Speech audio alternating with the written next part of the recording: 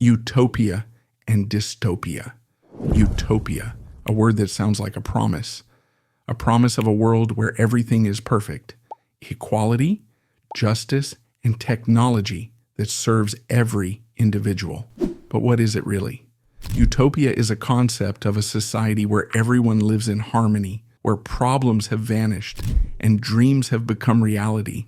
The idea was first introduced by Thomas More in his book Utopia in 1516.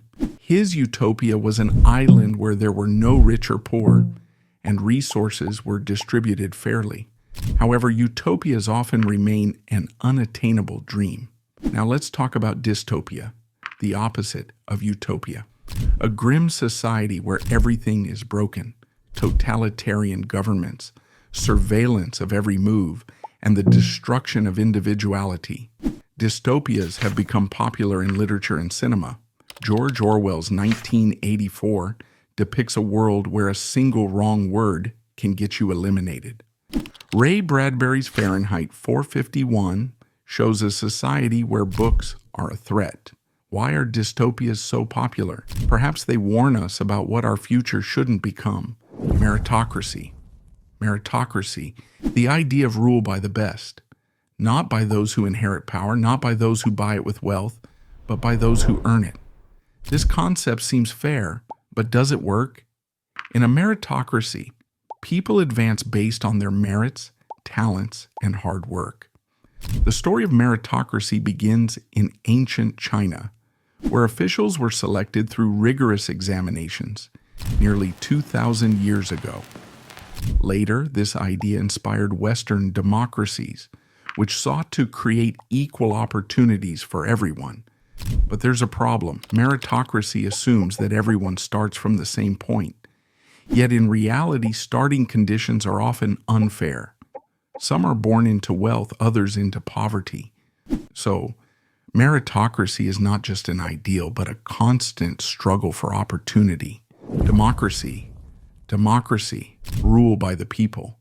It means decisions are made by the majority. Sounds wonderful, doesn't it? But democracy is not just about elections. It's a system of values, human rights, freedom of speech, and freedom of the press. The first democracy appeared in ancient Greece in Athens. Back then, every citizen could participate in decision-making. However, not everyone was a citizen. Slaves and women were excluded. Modern democracy is more inclusive, but it still faces challenges. Fake news, populism, voter manipulation, all these threaten democratic processes. Nonetheless, democracy remains one of the most popular systems of governance because it gives everyone a voice. Socialism. Socialism is an ideology where fairness and equality are paramount. Its core principle is that society should care for all its members, not just the wealthy and successful. This means redistributing wealth so everyone can live a decent life. Socialism as an idea emerged during the Industrial Revolution, when workers were drowning in poverty, while factory owners thrived in luxury. Karl Marx became one of its leading advocates, writing the Communist Manifesto. He believed that workers could unite and change the world. But in practice, socialism often faced issues like lack of motivation, bureaucracy, and corruption. Authoritarianism. Authoritarianism is a system where all power is concentrated in the hands of one person or a small group.